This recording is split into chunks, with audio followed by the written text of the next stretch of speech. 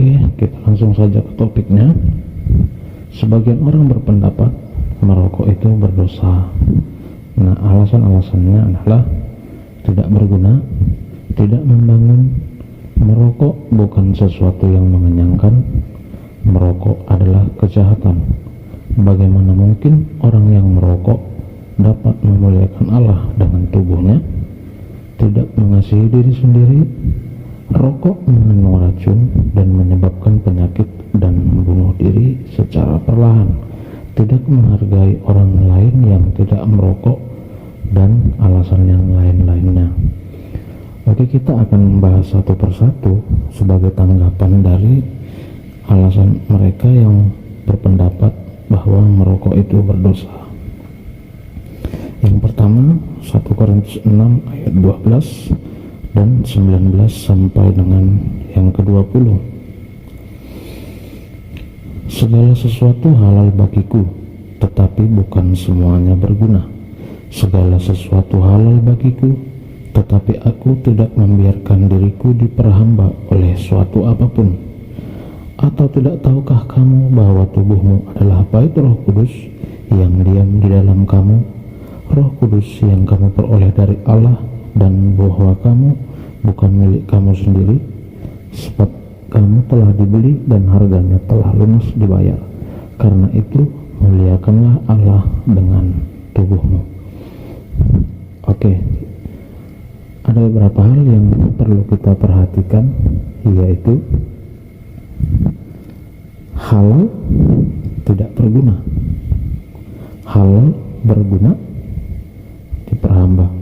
Jika sesuatu itu dinyatakan halal, berarti boleh. Semua yang halal dan boleh itu ada yang tidak berguna. Meskipun ia tidak berguna, hal itu bukan berarti menjadi tidak halal. Nah, meski tidak berguna bukan berarti menjadi tidak halal. Tetap boleh dengan syarat tidak diperhamba, seperti yang tertulis dalam 1 Korintus 6 ayat 12 tadi. Nah, kemudian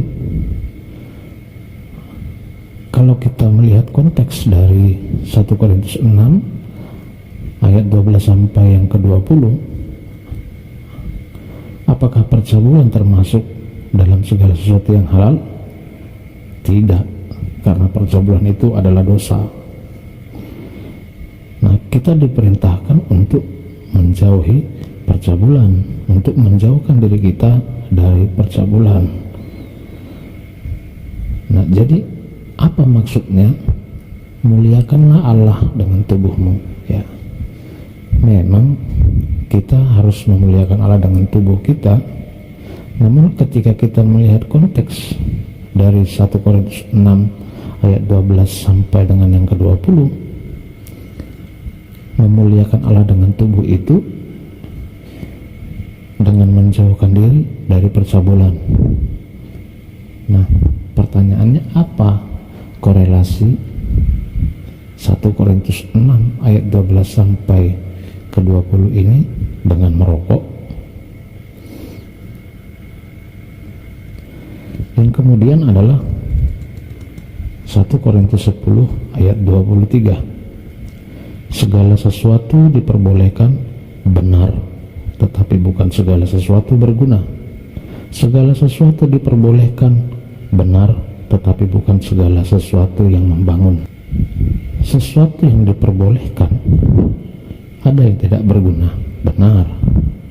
Meskipun tidak berguna, bukan berarti menjadi tidak boleh.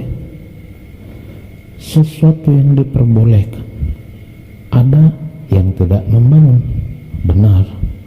Meskipun tidak membangun, bukan berarti tidak boleh.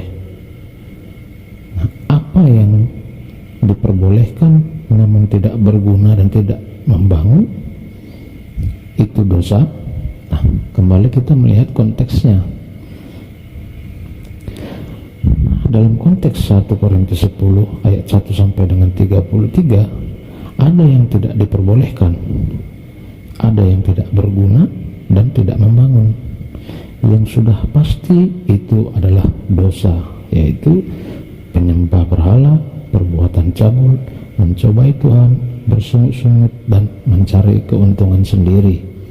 Ini yang dimaksudkan sesuatu yang tidak diperbolehkan, tidak berguna, dan tidak membangun. Merokok itu tidak mengenyangkan.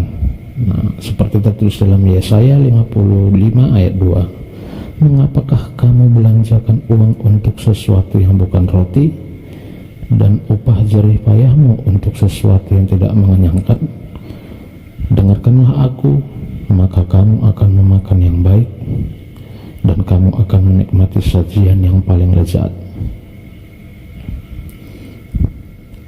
Pertanyaannya adalah, apakah ketika uang dibelanjakan bukan untuk makanan ataupun sesuatu yang mengenyangkan adalah dosa? Nah, ini yang perlu dipikirkan. Ketika kita punya uang tetapi tidak kita belanjakan untuk membeli makanan ataupun yang lain yang bisa mengenyangkan perut kita, apakah itu dosa? Hidup ini bukan hanya persoalan makan atau minum, masih banyak persoalan-persoalan lain dalam hidup kita selain daripada makanan dan minuman.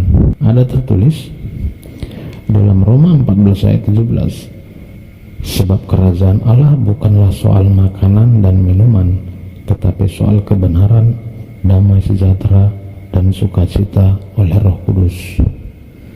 Nah, kembali ke pertanyaan tadi, apakah ketika uang itu dibelanjakan bukan untuk makanan adalah dosa? Nah, saya kira kita bisa menjawab masing-masing dalam hati kita.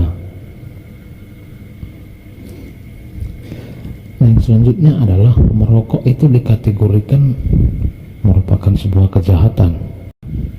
Ayub 20 ayat 12 sampai 14. Sungguh pun kejahatan manis rasanya di dalam mulutnya, sekalipun ia menyembunyikan di bawah lidahnya, menikmatinya serta tidak melepaskannya, dan menahannya pada langit-langitnya, namun berubah juga makanannya di dalam perutnya menjadi bisa ular tedung di dalamnya. Saya sendiri juga tidak mengerti mengapa merokok dikategorikan sebagai kejahatan. Apa dasar hukumnya? Nah, bagi saya pernyataan bahwa merokok itu merupakan sebuah kejahatan itu adalah pernyataan yang mengada-ada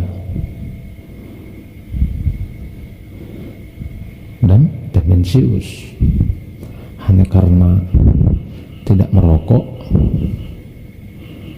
lantas membangun sebuah opini bahwa merokok itu adalah sebuah tindak kejahatan dan merokok itu dosa. Ini menurut saya pernyataan yang tidak berdasar.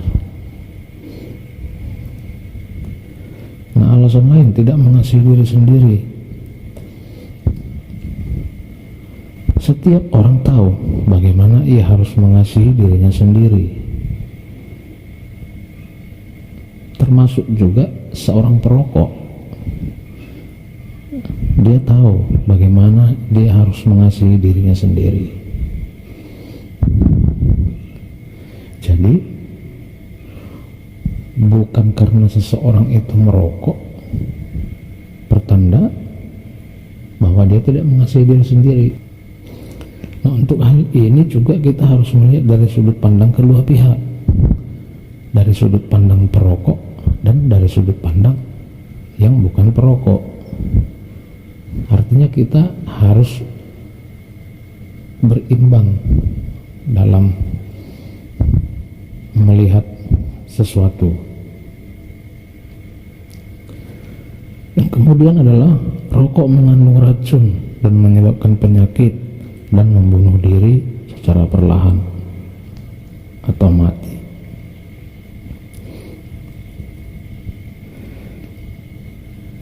Ya benar, rokok itu mengandung zat-zat yang beracun, ya kan? Nah, tetapi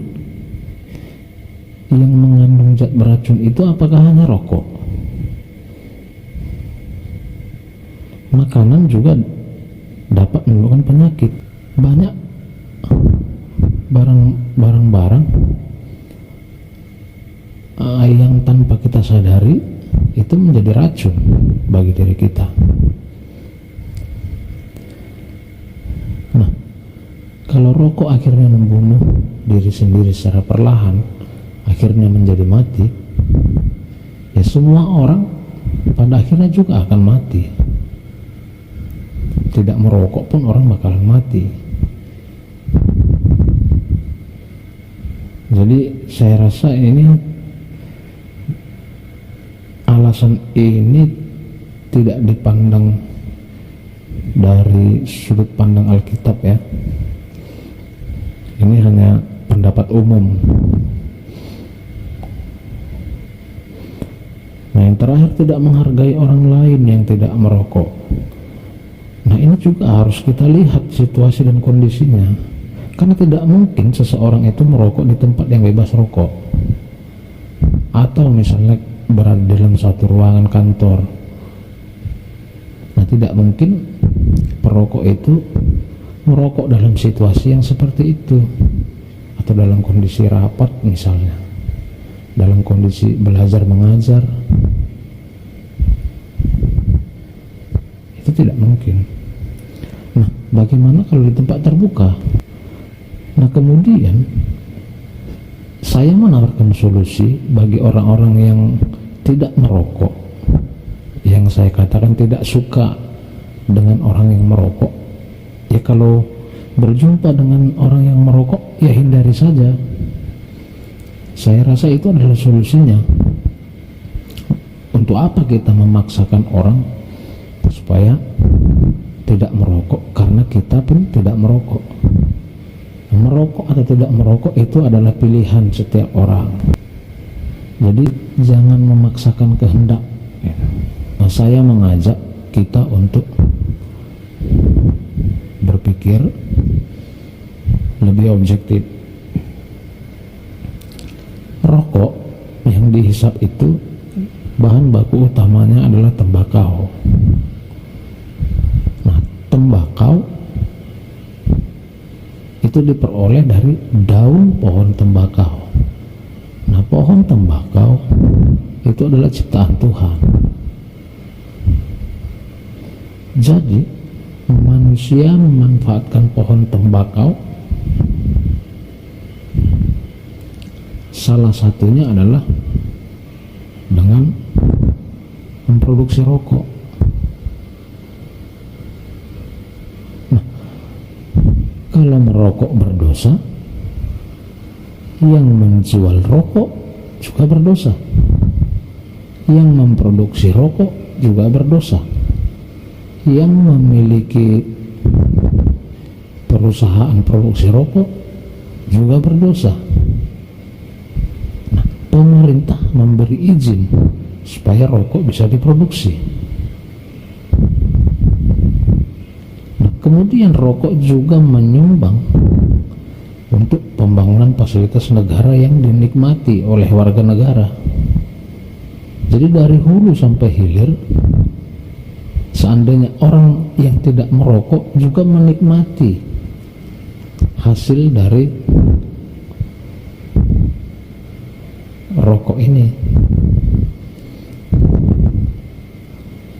Nah, maksud saya di situ adalah seseorang merokok atau tidak merokok itu adalah pilihannya.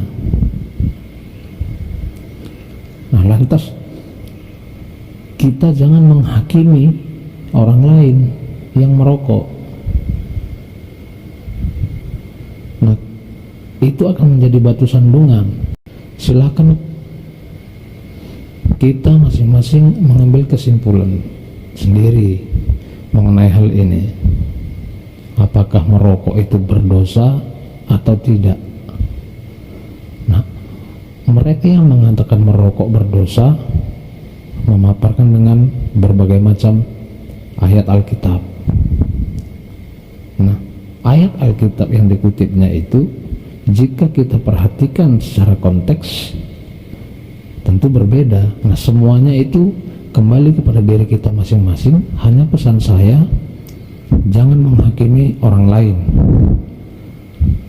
karena ukuran yang kau pakai untuk menghakimi orang lain akan diukurkan juga kepadamu.